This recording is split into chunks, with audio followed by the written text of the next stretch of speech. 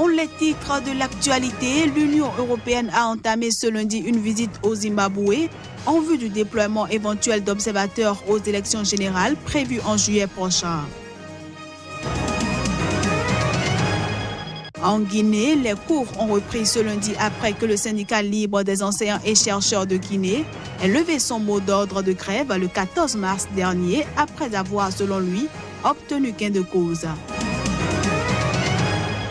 Et puis au Sénégal, les filles qui chaussent les crampons sont de plus en plus nombreuses à s'afficher et le pays veut aussi afficher des ambitions au niveau international dans le domaine.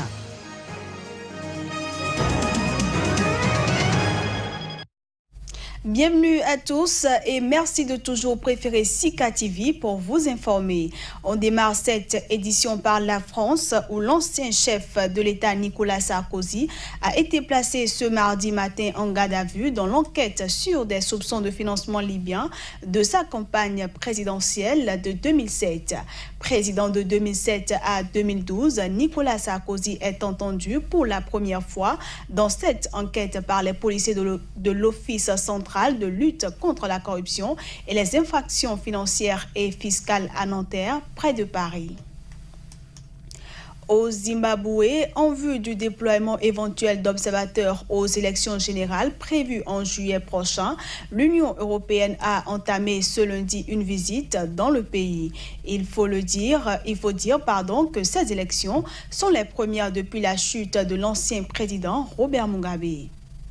À l'invitation du président Emmerson Mnangagwa, l'Union européenne a entamé ce lundi une visite au Zimbabwe avec pour objectif d'évaluer le climat préélectoral afin de déterminer si le déploiement d'observateurs serait utile, faisable et conseillé, et ce, dans le cadre des élections présidentielles, législatives et locales prévues au mois de juillet.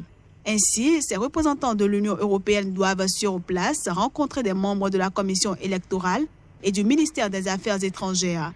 Ils feront ensuite des recommandations à Bruxelles qui décidera du déploiement ou non d'observateurs.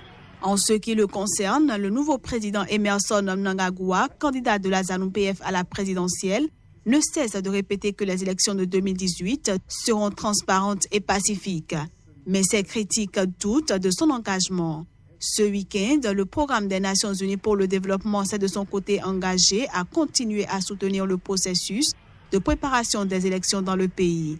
Il faut dire que ces élections sont les premières depuis la démission en novembre dernier de l'ancien président Robert Mugabe, contraint de quitter le pouvoir sous la pression de l'armée, de la rue et de son parti, la ZANU-PF, après 37 ans au pouvoir. La présidentielle de la fin du mois en Égypte est sur toutes les lèvres. À Gamaliya, au cœur du Vieux-Caire, les habitants voteront pour l'enfant du quartier, Abdel Fattah al-Sisi, mais non sans oser quelques récriminations sur la crise économique. Images et sons.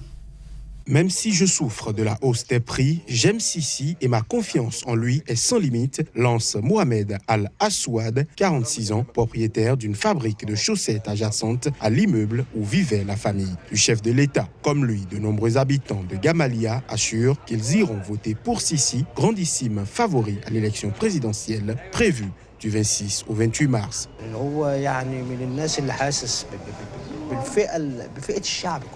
Ils sont les gens. Ils sentent leur fatigue. Nous sommes peut-être épuisés, mais je suis optimiste. Et je sens que la prospérité va venir avec lui.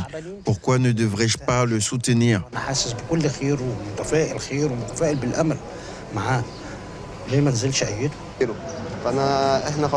Nous sommes contents de lui et nous allons voter pour lui. Il est aimé, oui. Sa popularité a baissé, mais beaucoup de gens l'aiment et le soutiennent. Je le soutiens. Il a lancé plein de projets, logement, le projet de canal de Suez, ainsi que des projets économiques pour la croissance.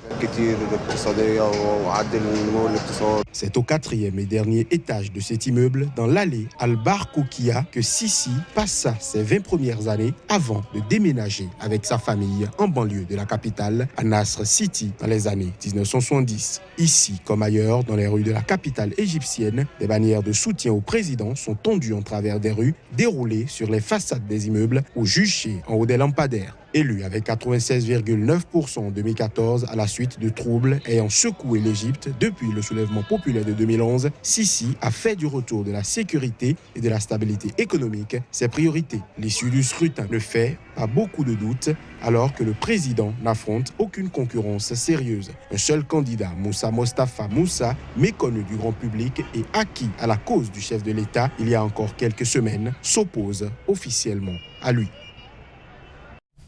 On reste en Égypte où le président Abdel Fattah al-Sisi et son homologue soudanais Omar el-Béchir ont affirmé ce lundi au Caire leur volonté de rapprochement après plusieurs mois de tension entre leurs deux pays. Les relations entre l'Égypte et le Soudan se sont particulièrement détériorées début 2017 lorsque le président soudanais a accusé le Caire de soutenir ses opposants dans les zones de conflit comme au Darfour. Plus de précisions à travers cet élément. Nouveau souffle en perspective pour la coopération entre le Caire et Khartoum. Les présidents Abdel Fattah al-Sisi et Omar el-Béchir ont affirmé lundi leur volonté de rapprochement lors d'une visite du chef de l'État soudanais dans la capitale égyptienne. Ce rapprochement intervient après plusieurs mois de tensions entre les deux pays qui ont particulièrement vu leurs relations se détériorer depuis 2017, lorsque le président soudanais a accusé l'Égypte de soutenir ses opposants dans les zones de conflit comme au Darfour. La souveraineté disputée du triangle de Halaïb à la frontière des deux pays près de la mer Rouge, dans une région riche en minerais, a également été source de désaccords. Lors d'une conférence de presse commune, le président Sisi s'est félicité de cette visite cordiale du président Omar el-Béchir, qui vient refléter l'esprit positif entre les deux pays. Il faut dire que des rencontres préalables ces derniers mois entre responsables égyptiens et soudanais avaient déjà permis d'accroître cette coopération dans divers domaines. La visite du président soudanais intervient alors que son homologue égyptien brigue un deuxième mandat lors d'un scrutin prévu du 26 au 28 mars prochain. En Guinée, les cours ont repris ce lundi dans les écoles et ce, après plus d'un mois de grève des enseignants et de manifestations accompagnées de violences. Les détails. Après plus d'un mois de grève des enseignants, les cours ont repris ce lundi pour le bonheur des élèves. À Koloma, une école publique dans la banlieue de Conakry, des élèves en uniforme formaient de petits attroupements ce lundi dans la cour dans une ambiance pour enfants après une levée des couleurs. Les enseignants étaient également présents. Après tout ce temps écoulé, tout ce qu'on a perdu, moi je pense que c'est peut-être impossible qu'on puisse reprendre tout ce qu'on a perdu, mais on peut quand même se débrouiller pour faire le maximum. Pour le moment, nous sommes satisfaits à moitié, puisque c'est sur l'écrit. On n'a pas encore vu pratiquement les choses qui ont été conclues du bout au doigt. Le syndicat libre des enseignants et chercheurs de Guinée a levé son mot d'ordre de grève le 14 mars dernier, et ce, après avoir, selon lui, obtenu gain de cause pour 4 revendications essentielles. Selon le test de l'accord avec le gouvernement, les enseignants obtiennent notamment l'application d'une augmentation des salaires de 40% décidée en 2017. Après une hausse de 10% payée en février dernier, les 30% restants seront effectifs fin mars, avec effet rétroactif au 1er janvier 2018.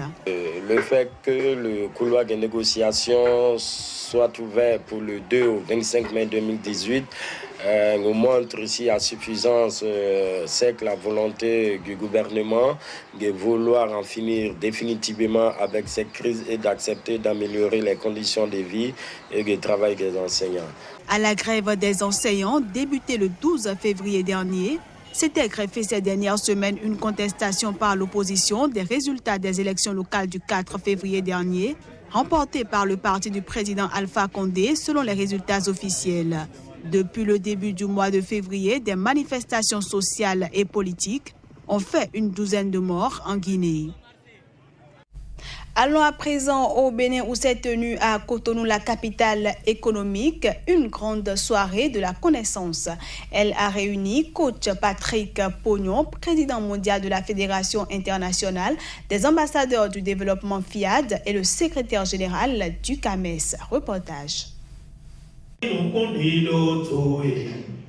Outre Entre les nombreuses personnalités du monde universitaire et les ambassadeurs du développement, la grande soirée de la connaissance a enregistré la présence du secrétaire général du Conseil africain et malgache de l'enseignement supérieur CAMES, le professeur Mbashi Bertrand. Une rencontre de partage et d'échange sur la connaissance de l'extension du coaching. Le coach Pognon est en train de nous préparer à une autre vie. Et ceci donc nous amène à partager ce qu'on a pu faire.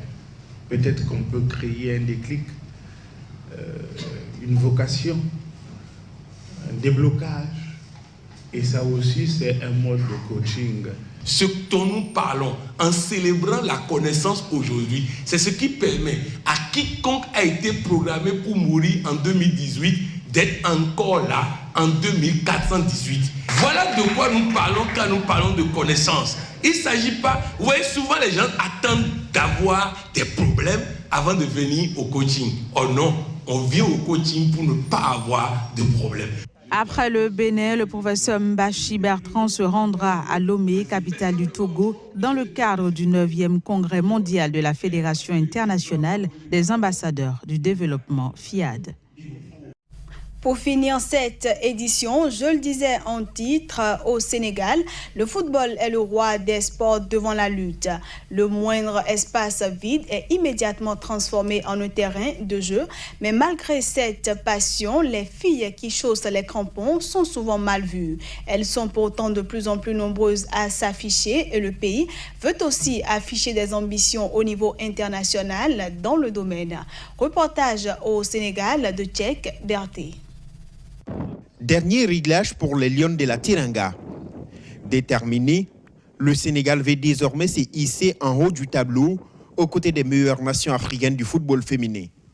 Après 2 années de passage à vide, l'espoir est enfin là avec une nouvelle génération de filles pétries de talents. Et sur le plan technique, c'est des choses qui sont vraiment techniquement assez fortes. Donc là, on est en train de mettre en place une conception, c'est la valeur de cette équipe. C'est des joueurs techniquement doués. À l'origine de ces progrès de l'équipe nationale, Seyni Ndiaye, ancienne capitaine des Lions, surnommée Platini pour la qualité de ses coups francs, elle a longtemps souffert des préjugés sur le football féminin. En 2009, elle décide de créer une association pour défendre ces sports dans les quartiers et relancer les championnats locaux. Désormais, elle occupe le poste de présidente nationale de la commission du sport féminin. Elle n'est jamais très loin des terrains. Quand je suis arrivée ici aujourd'hui et que j'ai vu ces jeunes filles avec tout ce matériel en train de s'entraîner, j'étais hyper contente parce que quand je démarrais avec mon association et mon équipe que j'avais dans mon quartier, on avait 2 ballons. Avec deux ballons, avec plus de 25 filles, vous voyez ce que ça fait, c'était très difficile. Aujourd'hui, je pense qu'il y a une meilleure prise en charge. Une meilleure prise en charge, mais le chemin est encore long. Les préjugés persistent et en dehors des primes des matchs, les joueuses ne bénéficient pas des statuts professionnels. Pour gagner la bataille et convaincre le public, les filles savent qu'il faut réaliser de grandes performances.